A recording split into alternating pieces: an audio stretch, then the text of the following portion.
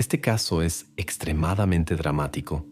Las mentiras no solo destruyeron un matrimonio feliz, sino también la vida de una mujer que creía en la sinceridad de su marido y soñaba con tener su propia familia.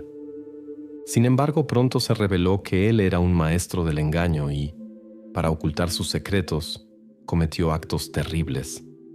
Lori Kay Suárez nació el 31 de diciembre de 1976 en California, Estados Unidos. Nada se sabe sobre sus padres biológicos excepto que fue adoptada por una pareja de Fullerton, Thelma y Gerald Suárez. Gerald, originario de Brasil, conoció a su esposa durante trabajo misionero en Río de Janeiro. Después emigraron a California y acogieron a Lori en su familia. Los primeros años de vida de Lori los pasó con sus padres adoptivos, pero cuando era joven se mudó con su madre a Orem, en el estado de Utah, después del divorcio de estos. En 1994, Lori conoció a Mark Hawking durante un viaje con amigos.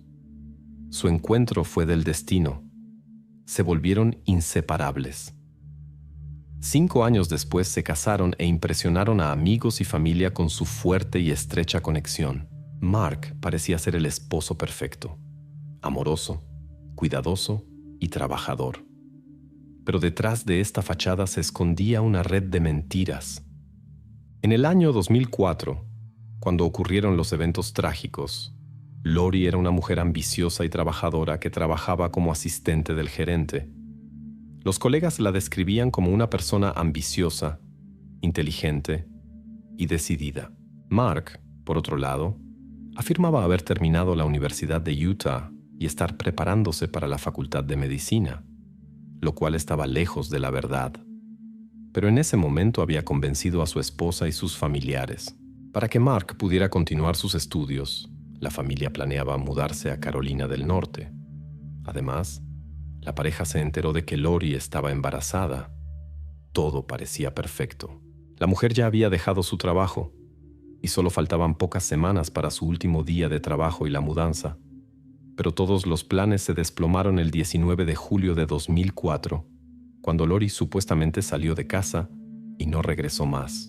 Esa mañana, alrededor de las 10, Mark llamó a la oficina de su esposa para preguntar por su paradero, pero un empleado dijo que aún no había llegado. Esto era extraño, ya que Lori siempre era muy puntual.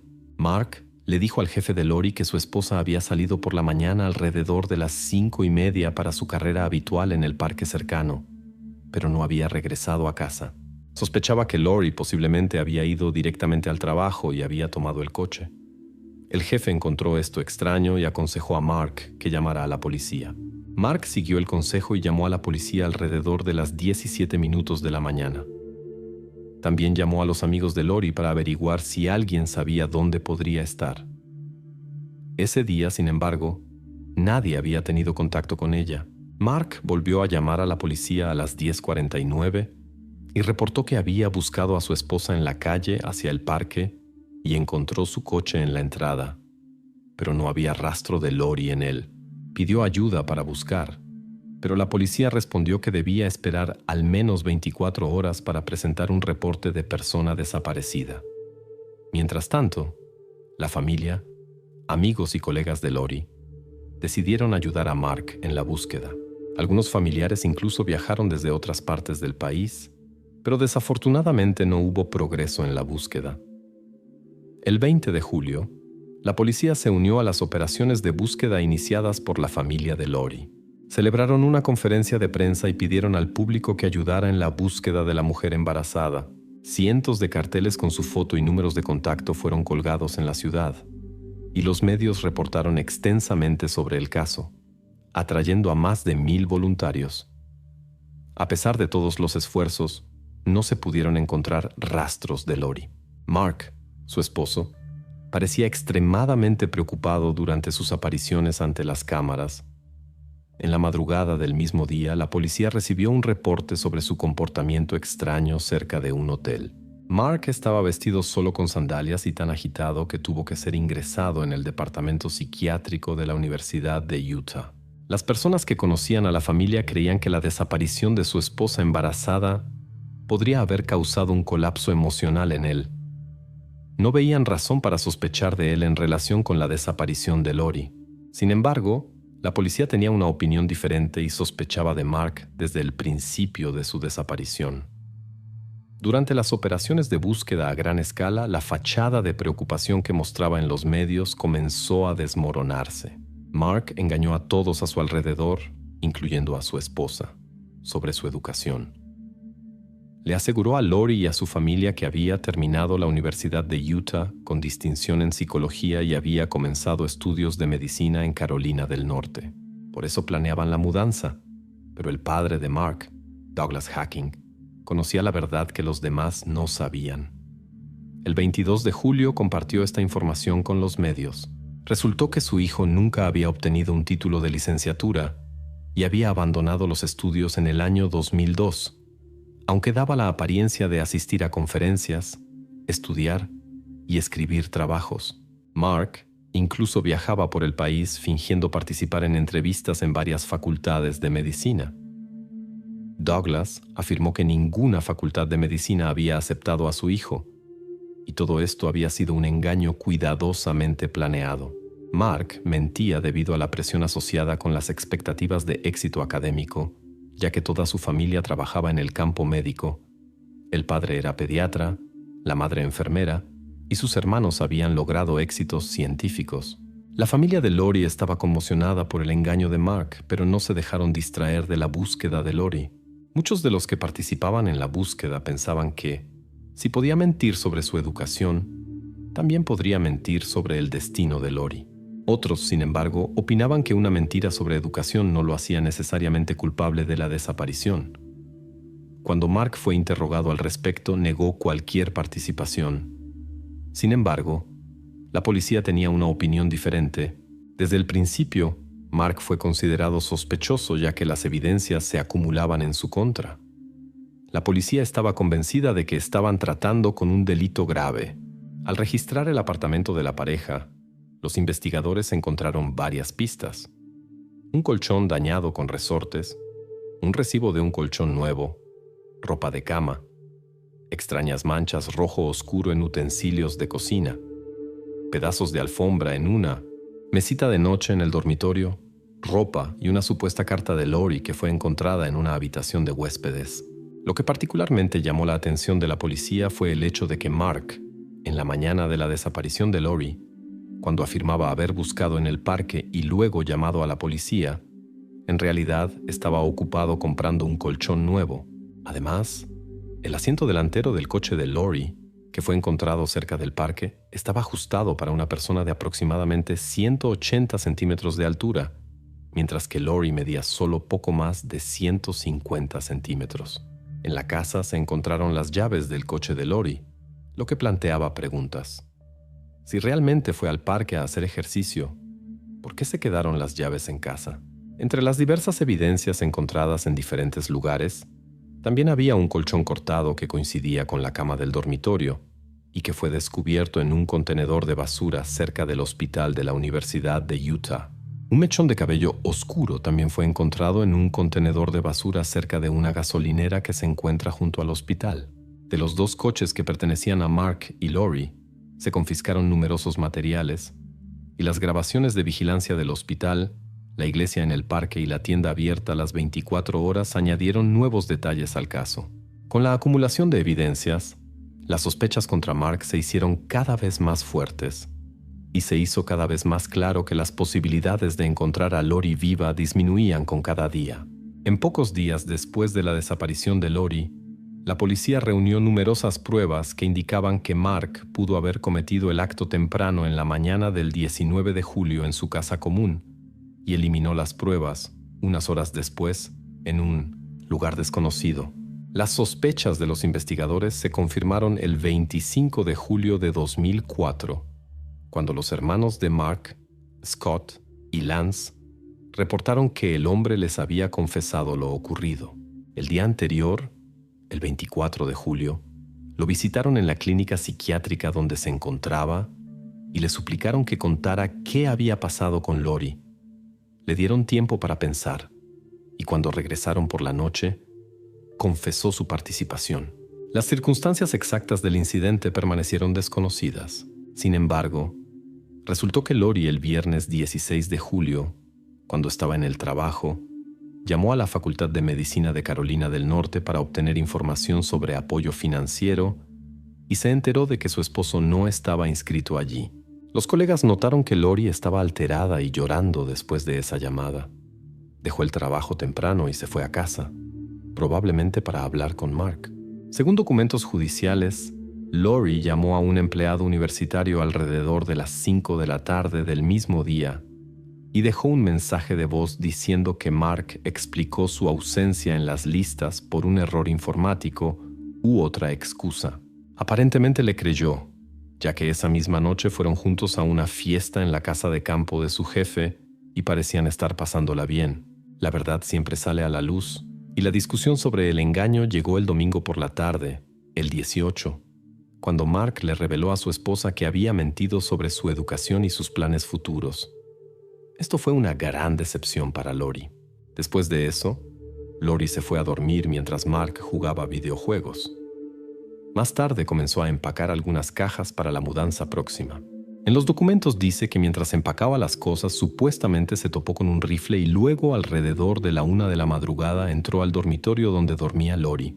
Mark les contó a sus hermanos que después ocultó las evidencias del incidente en varias bolsas de basura, incluyendo la parte dañada del colchón, y tiró todo en un contenedor de basura alrededor de las 2 de la madrugada. La impactante confesión de Mark ante sus hermanos llevó a su arresto el 2 de agosto de 2004 y su ingreso a la clínica psiquiátrica de la cárcel del condado de Salt Lake. Los fiscales confirmaron que el delito fue cometido después de que se supo que Mark había mentido a su esposa. Una semana después fue acusado de un delito grave y 3 cargos de obstrucción de la justicia. Inicialmente la fianza se fijó en $500,000, pero luego se aumentó a $1 millón. Su confesión también llevó al fin de la búsqueda de Lori como persona desaparecida, y la policía comenzó a buscar pruebas en los vertederos del condado, esperando encontrar pistas sobre este caso. Sin embargo, esto resultó ser una tarea difícil. A los expertos se les asignó una tarea difícil, penetrando a través de 1,000 toneladas de basura confiscada a una profundidad de más de 12 metros. En la búsqueda participaron perros rastreadores y 38 voluntarios, incluyendo oficiales de policía, bomberos, empleados de servicios de seguridad pública y miembros del grupo de búsqueda y rescate de la ciudad.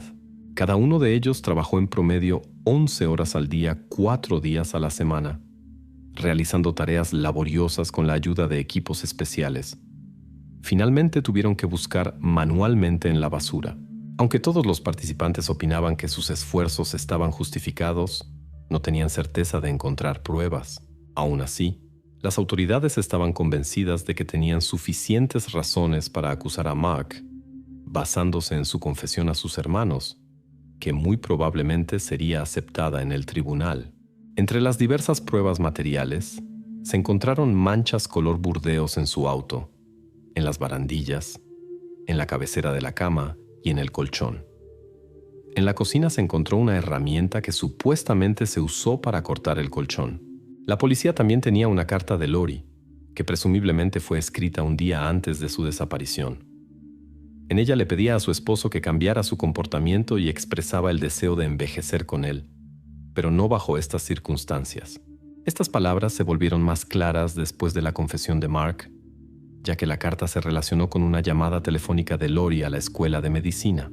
Además, los fiscales recopilaron videos de vigilancia de una tienda abierta a las 24 horas donde se veía a Mark comprando cigarrillos, mirando sus manos y dedos, y luego alejándose en el auto de su esposa. Pasaron aproximadamente 18 minutos desde el momento en que, según sus declaraciones, cometió el acto. Los investigadores obtuvieron grabaciones de video que mostraban a una persona arrojando un saco grande en un contenedor de basura. También se veía cómo condujo el auto de la mujer a un parque, desde donde, según sus declaraciones, ella desapareció. Al principio se esperaba que la acusación pidiera la pena más severa para Mark, pero los fiscales decidieron acusarlo de un delito grave que prevé una pena de 5 años a cadena perpetua. Esta decisión fue tomada debido a la ausencia de una prueba decisiva. Algunos días después, Mark apareció junto con su abogado Gilbert Antey en una audiencia preliminar ante el juez William Barrett en el Tribunal del Tercer Distrito. Los presentes se sorprendieron de que el acusado llevara un chaleco antibalas y fuera acompañado por 7 alguaciles.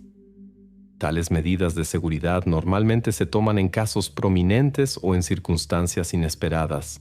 Más de 2 meses después de la desaparición de Lori, su familia ya había perdido la esperanza. Pero en octubre, el sargento Nelson de la policía encontró evidencias decisivas en un contenedor de basura. El lugar fue rápidamente acordonado y los expertos recopilaron pruebas durante varias horas que podrían ser usadas en el tribunal. El mismo día, las autoridades pudieron confirmar a través de exámenes forenses que las evidencias encontradas estaban relacionadas con el caso de Lori. Esta noticia provocó sentimientos encontrados en su familia. Por un lado, la decepción por la confirmación de sus peores temores.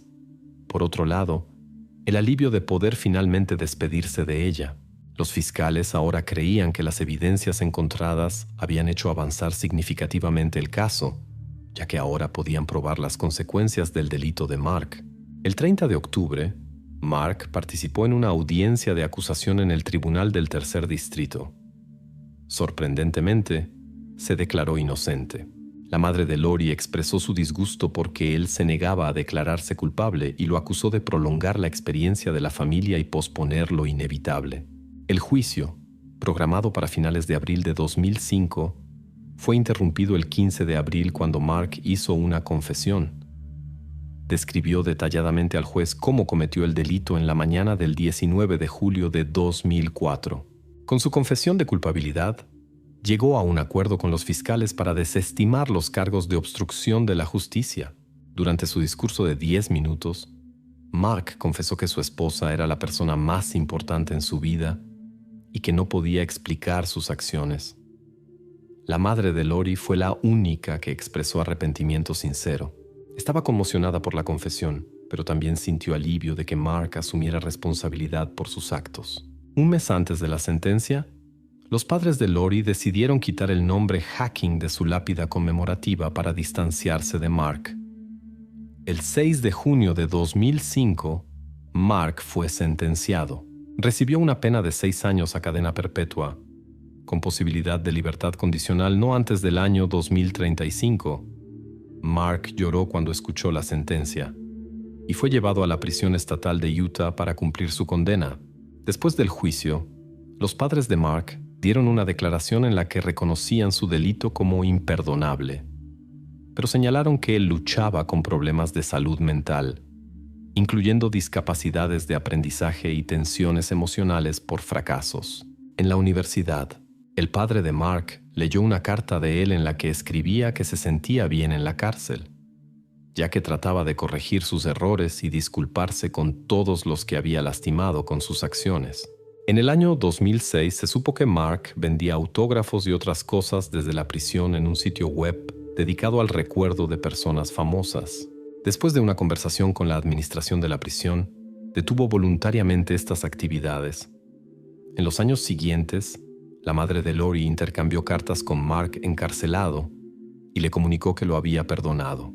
A pesar de su decisión de dejar el pasado atrás, continúa recordando a Lori y dice que nunca puede superar la pérdida. En pleno día escolar desapareció una estudiante. Al principio todos pensaron que simplemente se había escapado y que pronto regresaría. Pero cuanto más profundizaron los investigadores en el caso, más detalles perturbadores se hicieron evidentes. Necesitaron 27 años para resolver este caso y sacar la verdad a la luz. Al final, todo era mucho más complicado de lo que jamás habían pensado. Kipling Davis nació el 1 de julio de 1979 en la pequeña ciudad americana de York, Utah. Era la hermana mayor de la familia. Tenía padres cariñosos y muchos amigos. Kipling era conocida por su amabilidad y su talento para llevarse bien con otros jóvenes. Asistía a la escuela secundaria local y participaba en el club de teatro. En mayo de 1995, Kipling esperaba con mucha ilusión las vacaciones de verano. Su cumpleaños se acercaba y solo faltaban 2 meses para entonces. Además, se preparaba para sacar su licencia de conducir. El 2 de mayo, Kipling planeaba levantarse a las 4:30 de la mañana para ir a clases de manejo antes de que comenzaran las clases. Pero después de apagar la alarma, siguió durmiendo y solo despertó cuando su padre la despertó media hora después. Kipling realmente quería dormir un poco más y trató de convencer a su padre de que le permitiera saltarse una clase de manejo, asegurándole que esto no afectaría su examen de conducir. Su padre, que entendía lo importante que era este evento para ella, insistió en que fuera a clase. Sabía cuánto se emocionaba por la licencia de conducir y le dijo que se alistara para la clase. Kipling estaba decepcionada. Realmente quería dormir un poco más y apenas le quedaba tiempo para maquillarse y alistarse. Sin embargo, escuchó a su padre y fue a clase, ya que sabía que él solo quería lo mejor para ella. Estaba molesta con sus padres, pero aún así se subió al coche de su madre, quien la llevó a clase. Hacia las 3:30, el padre de Kipling regresó del trabajo y notó que su hija no estaba en casa. Esto lo preocupó, ya que a esta hora siempre estaba en casa. Sospechó que la joven se había quedado en la escuela o había salido a caminar con amigos. Decidió revisar el buzón de voz del teléfono de casa, esperando que Kipling hubiera dejado un mensaje explicando su retraso. Sin embargo, en su lugar encontró un mensaje de la secretaria de la escuela, informando que Kipling había faltado a todas las clases después del almuerzo. El padre se alarmó inmediatamente, ya que su hija nunca faltaba a la escuela sin previo aviso. Llamó inmediatamente a su esposa, pero ella tampoco sabía dónde estaba su hija. Los padres esperaron un poco más esperando que regresara, pero eso no sucedió. Entonces comenzaron a llamar a sus amigos de la escuela, pero ninguno de ellos había visto a Kipling después del almuerzo, lo que solo aumentó su preocupación.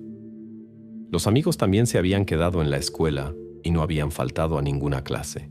Hacia las 7 de la tarde, los padres fueron a la escuela para tratar de encontrar a la joven allí, pero la búsqueda fue infructuosa. En el edificio había principalmente maestros y otros empleados, pero nadie había visto a Kipling. Después fueron a la iglesia, que su hija visitaba regularmente, pero tampoco estaba allí. Los padres de Kipling, preocupados por su desaparición, decidieron contactar a la policía. Sin embargo, los oficiales de policía inicialmente sospecharon que la joven simplemente podría haber salido a caminar con amigos y que pronto regresaría. No comenzaron inmediatamente la búsqueda, sino que se limitaron a enviar una descripción a los patrulleros. Los padres insistieron en que Kipling nunca desaparecería todo el día sin previo aviso y faltaría a clases. A pesar de estas insistencias, los investigadores dudaron en iniciar una operación de búsqueda. Buscando a su hija, los padres contactaron a los amigos y conocidos de su hija hasta que obtuvieron la primera pista importante. Un compañero de clase informó que había visto a Kipling a la hora del almuerzo.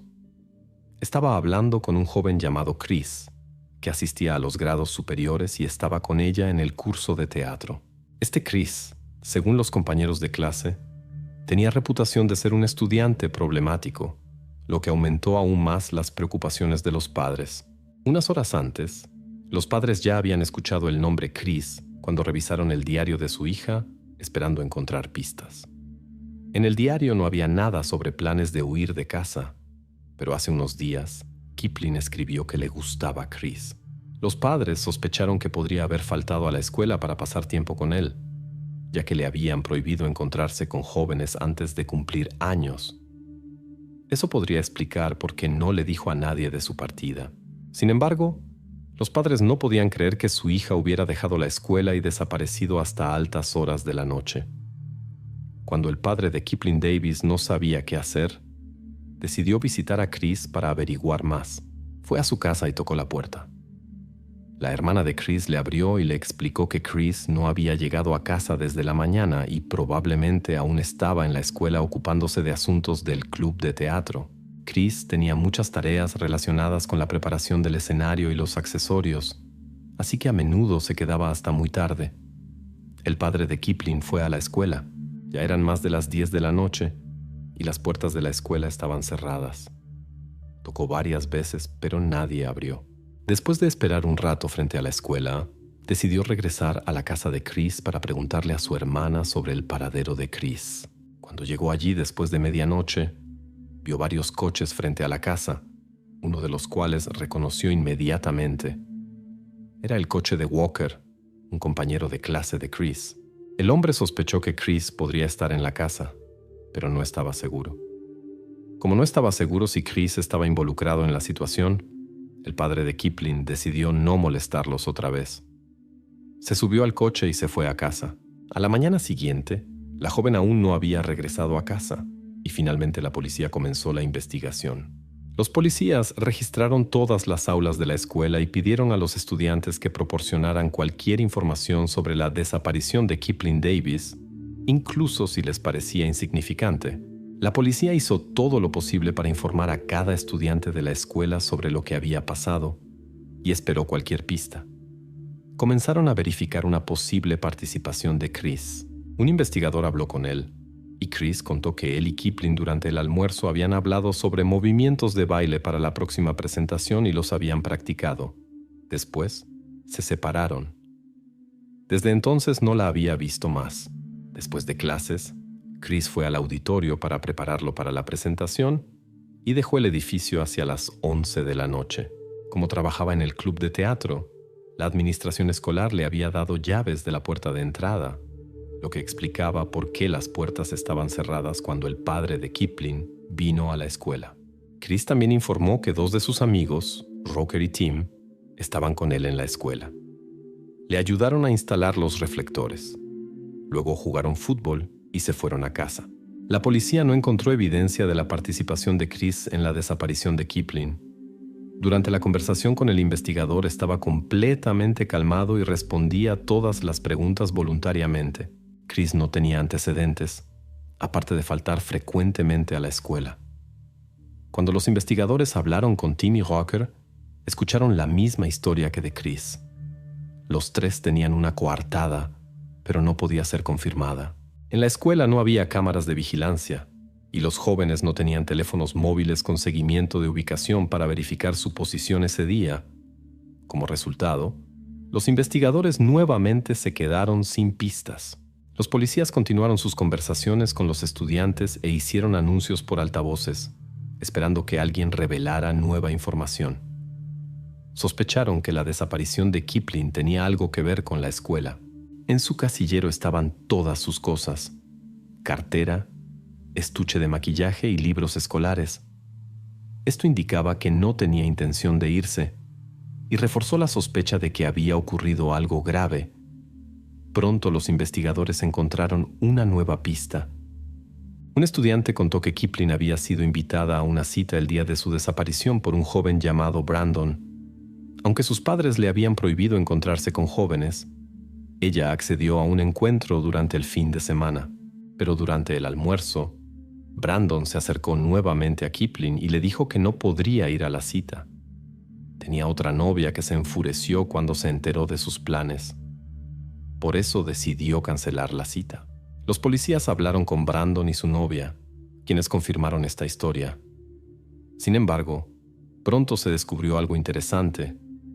Resultó que Brandon había faltado a todas las clases después del almuerzo, exactamente igual que Kipling. Aún más preocupante fue que su novia, que era delegada de clase, se negó a cambiar sus ausencias.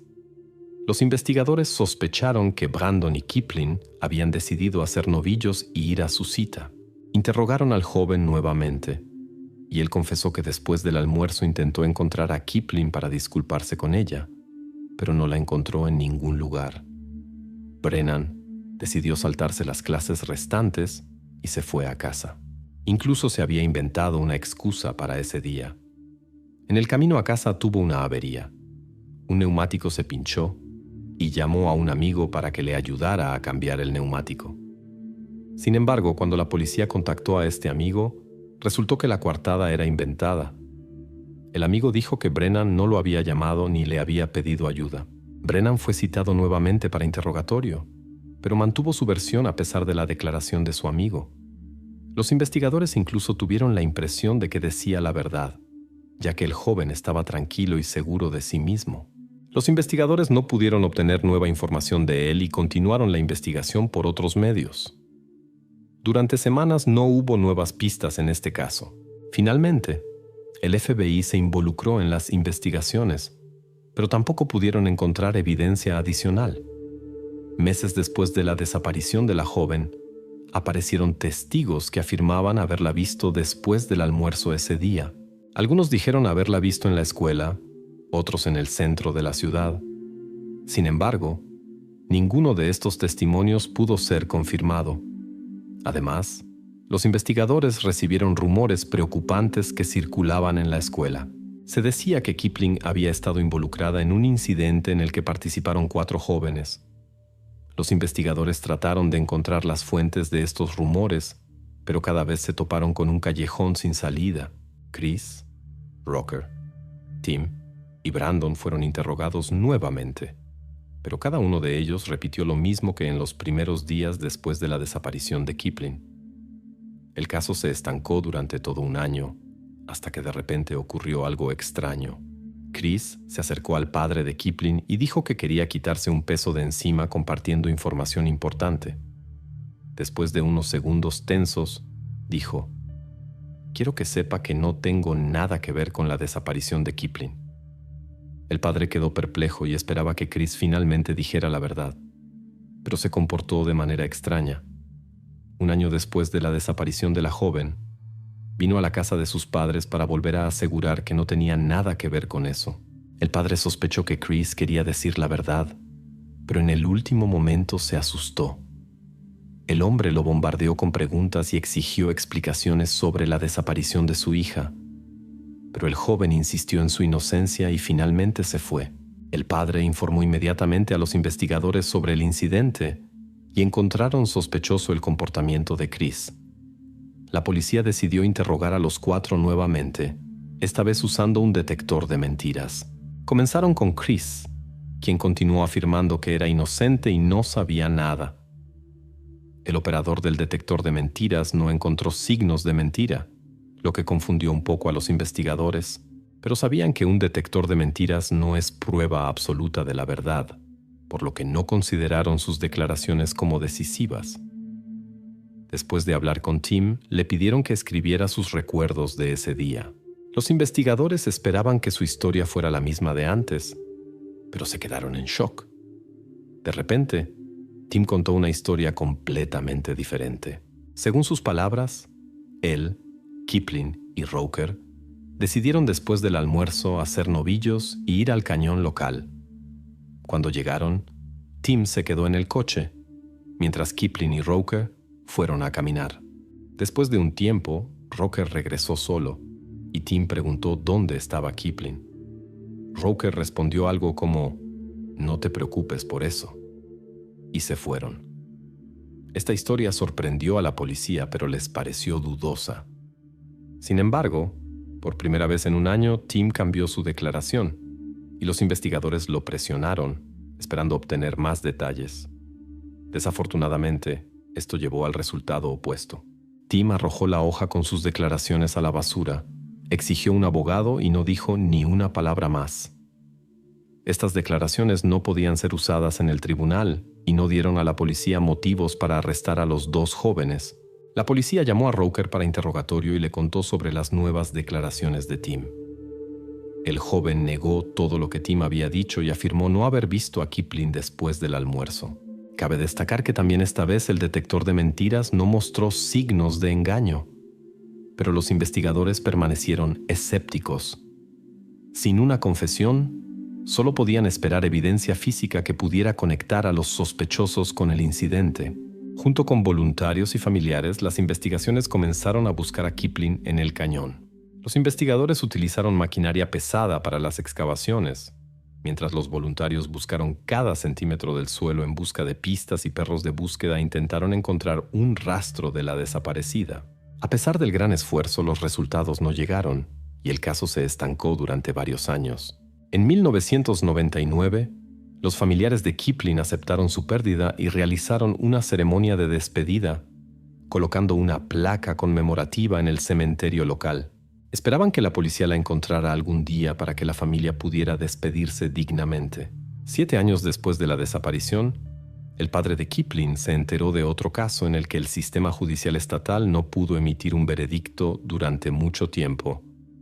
El caso fue transferido al nivel federal, lo que permitió que fuera completado. El hombre decidió usar esta idea y la discutió con los investigadores. A pesar de la falta de nueva evidencia, dos factores podrían cambiar el curso de los acontecimientos. Primero, todos los sospechosos y testigos tendrían que declarar bajo juramento, y si se descubriera que alguien había mentido, habría consecuencias. Segundo, para ese momento habían pasado 8 años desde la desaparición de Kipling, y los sospechosos habían formado familias y comenzado una nueva vida. Los investigadores esperaban que uno de ellos dijera la verdad. Finalmente, gracias a los esfuerzos de los familiares e investigadores, el caso llegó ante un gran jurado, cuyas audiencias se extendieron durante varios años. Numerosos testigos participaron y aportaron mucha información nueva. Un testigo recordó cómo Rocker estaba descontento con Tim después de la prueba del detector de mentiras, porque Tim había escrito sus declaraciones en papel. De repente, otra testigo, la esposa de Chris, contó una historia sorprendente. Un día, ella y su marido estaban viendo una comedia policíaca, y en un momento ella le preguntó en broma sobre el peor acto que había cometido en su vida. Chris, con expresión seria, respondió: ¿Qué pasaría si te dijera que estoy involucrado en el caso Kipling? Su esposa se quedó en shock por sus palabras. Cuando vio su reacción, Chris rápidamente añadió que solo era una broma, pero ella no pudo deshacerse de la sensación de que estaba diciendo la verdad. Otros 2 testigos, que habían estado en una fiesta con Tim hace algunos años, recordaron cómo en la televisión pasó un reportaje sobre la desaparición de Kipling. Tim dijo entonces que fue su acción. A lo largo de los años, muchos habían escuchado declaraciones extrañas de Tim.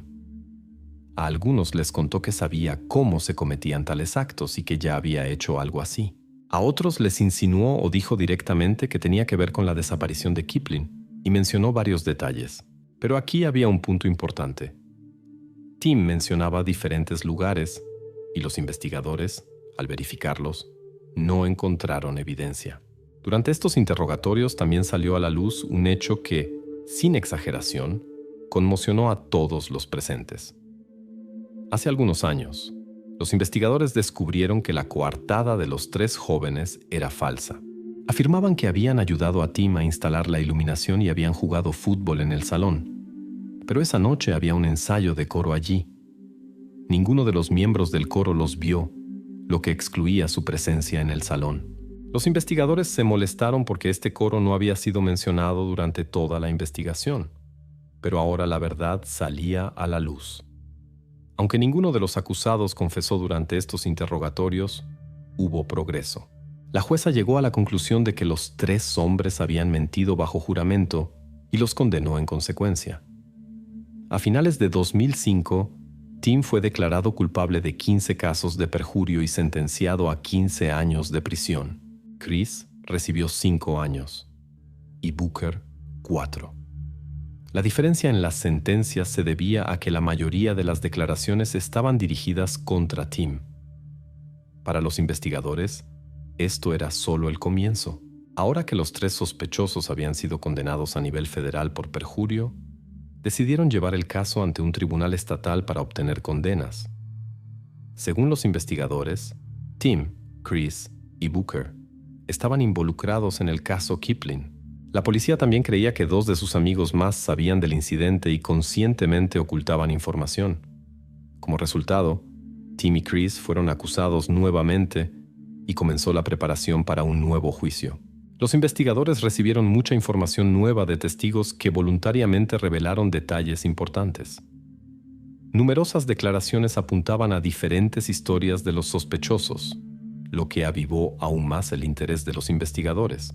La hermana de Tim contó que su hermano a menudo mentía y que ella había sospechado durante mucho tiempo que podría estar involucrado en este incidente. En este contexto ocurrió un evento largamente esperado. A Tim se le ofreció un trato en el que sería castigado con mayor clemencia a cambio de una confesión, y él accedió. Sin embargo, este trato tenía sus particularidades. Primero, según los términos del acuerdo, no enfrentaba una sentencia de prisión severa, ya que la sentencia podía combinarse con la de declaraciones falsas. Además, no tenía que delatar a sus cómplices. Su confesión fue la siguiente. Después del almuerzo, él, Kipling y otra persona fueron al cañón. Tim se quedó en el coche, mientras Kipling y la otra persona entraron al cañón. Aproximadamente 30 minutos después, Tim decidió seguirlos. Allí ocurrió algo que no puedo contar en YouTube, pero Tim no era el principal responsable, solo ayudó a borrar las huellas. Después, los dos regresaron al coche y se fueron, pero por la noche volvieron al cañón para eliminar las evidencias restantes. Tim se negó obstinadamente a revelar dónde habían escondido las evidencias y no quiso nombrar a la persona que estaba con él. Debido a este comportamiento, fue declarado culpable. En el año 2021 tuvo la oportunidad de ser liberado anticipadamente, pero el tribunal rechazó su solicitud porque no reveló todos los detalles del caso. Ahora Tim puede salir libre solo en el año 2026. Chris y Hawker ya han cumplido sus sentencias por declaraciones falsas. Los investigadores no pudieron probar su participación en la desaparición. Después de la confesión de Tim, la policía aún no sabe quién estaba con él. Sin evidencia adicional, eso no se puede determinar. Tal vez Tim no quiere poner en peligro a sus amigos. Aunque en este caso aún quedan muchas preguntas abiertas, nadie duda ya de la culpabilidad de estas 3 personas.